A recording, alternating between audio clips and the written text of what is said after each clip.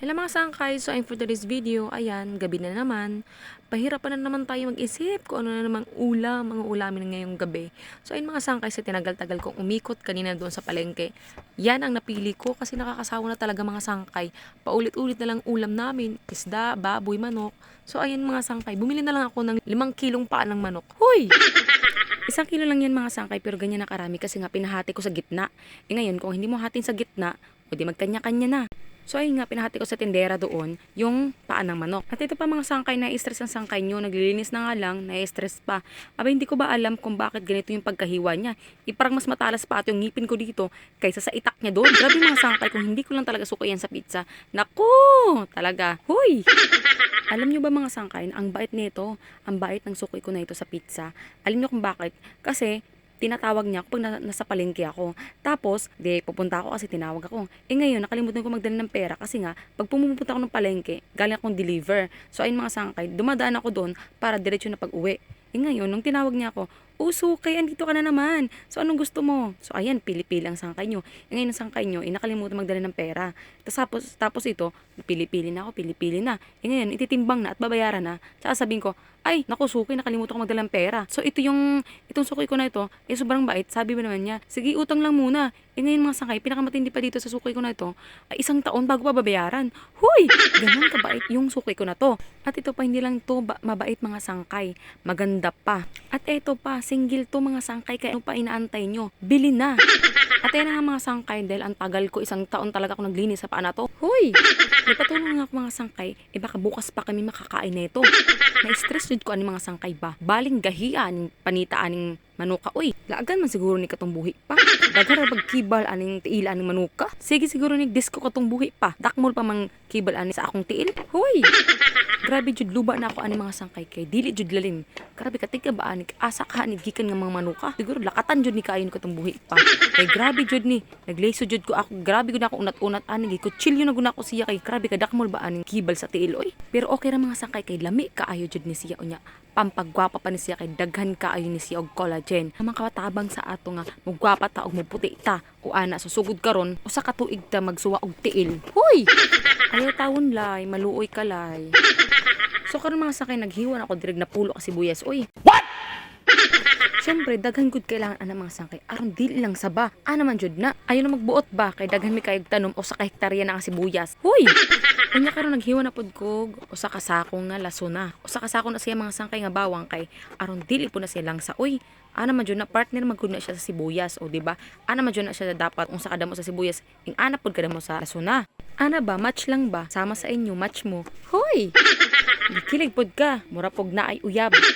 Nag-apil na po dai ko diri og sili nga green aron lami kaayo jud ni ba kay ako ako magluto mas prefer na ako og naay sili aron dili ta maumay ba onya lami jud kaayo siya pag naay sili onya sa amo sa Bisaya kay bisag tinuwa kay naay sili kinilaw naay sili paksiw naay sili lahat naay sili basta as long as na kay tanom nga mga sili kay lisod ding sige tag pangayo oy mauwa man puta sige tag pangayo og sili ba nya katunglas na akong uli sa Bisaya kay naabot ako og lasang sige pangayo og sili ahak jud ning siliha ba naabot og lasang.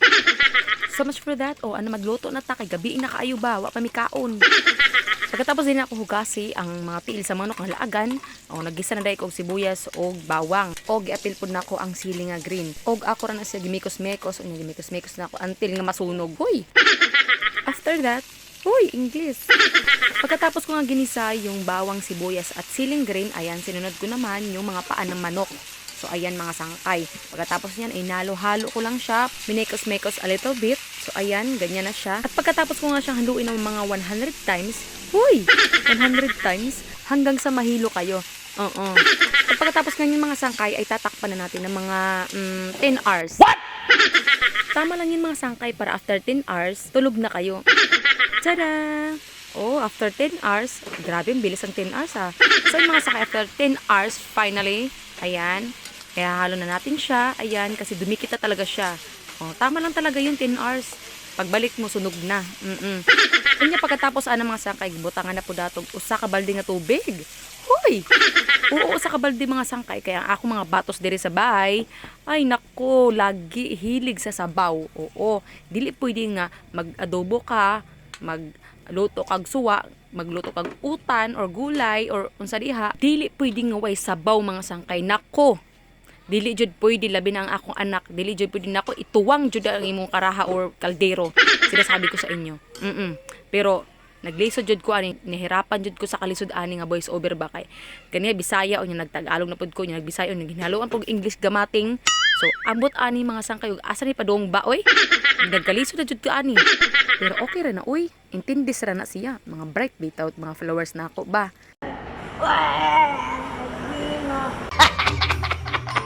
At pagkatapos ko nga pakuluan ng 5 oras, huy, 5 oras? Ayan, sobrang lambot na po yan mga sangkay kasi ganyan po ako. Dinadamihan ko po ng sabaw para sakto po siya. Pagkalahati na lang yung sabaw natin, malambot na po ang ating mga paa. So ayan, pagkatapos inilagay po natin na yung toyo at tinakpan po ulit natin. At maya-maya lang po ay ayan, tiningnan po ulit natin.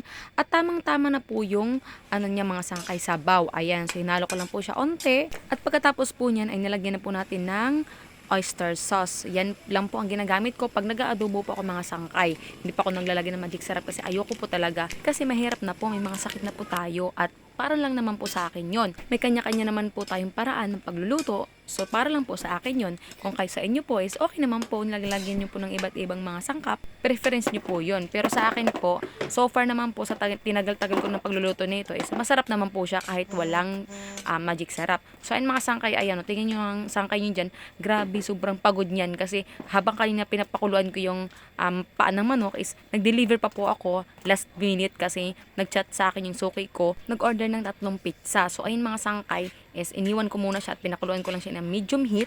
Ayan, para pagbalik ko may sabaw pa naman. Kasi hindi talaga pwedeng walang sabaw kasi naku, baka mamaya ituwad jud ng karaha ba. O diba, sayang din yon, 3 box din yon. So ayun mga sangkay, nilagyan ko na po siya ng kaunting asukal. Yung tama lang hindi tayo magka-diabetes. Huy! At tinikman ko na nga mga sangkay, grabe ang sarap niya at maanghang. Yung tipong sinasakal ka sa anghang. Huy! Sakto lang naman po yung anghang niya, kayang-kaya lang po ng mga bata to. At ayun mga sangkay, nilagyan ko na po siya ng paminta, ayan. Kasama talaga yan siya, pag lahat ng adobo, may paminta talaga yan, hindi talaga yan pwedeng wala. Kasi dagdag pabango rin po yan siya mga sangkay. At nang okay na po yung lasa mga sangkay, ayan, tinakpan ko na po yan siya at pinarest ko lang po siya ng mga ilang minutes. Wow, rest! At ayun na nga mga sangkay, grabe, wow, ang sarap. Ang sarap niya po talaga mga sangkay, ayun, di ba? Itsura pa lang, alam niyo na, ang sarap na. Laway nyo, tumutulo. Pakisahod naman. Huy! Masarap talaga to mga sangkay, sinasabi ko sa inyo, masarap talaga to. Ako na nagsasabi. Masarap nga, paulit-ulit. At para patunayan sa inyo mga sangkay, hindi talaga ako nagsisinungaling, ayan, may mga witness tayo mga sangkay. Hindi lang isa, hindi lang dalawa, marami sila. So ayun mga sangkay, unang witness, ayan, ipapatakim ko kung gaano kasarap ang luto ng sangkay nyo. Ayan. Sarap. Sarap. Lambot. Oh, maniwala na kayo. Next witness.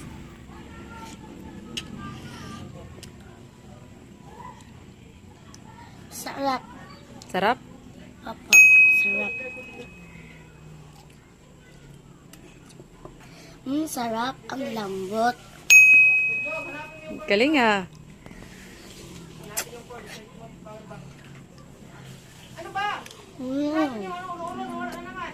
Ang sarap talaga.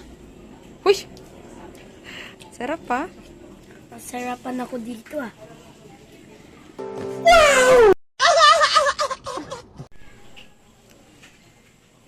Sarap naman na ito. Lambot naman. Sarap. Ubus mo na. O ayan, maniniwala na kayo. Ang dami na nila. At nagulat nga ako sa likod. Ayan, may biglang sumulpot. Ayan, sino yan? Ayan, biglang sumulpot. At tumikim din. Nagulat talaga ako. Ayan, tingnan natin kung ano rin reaction niya.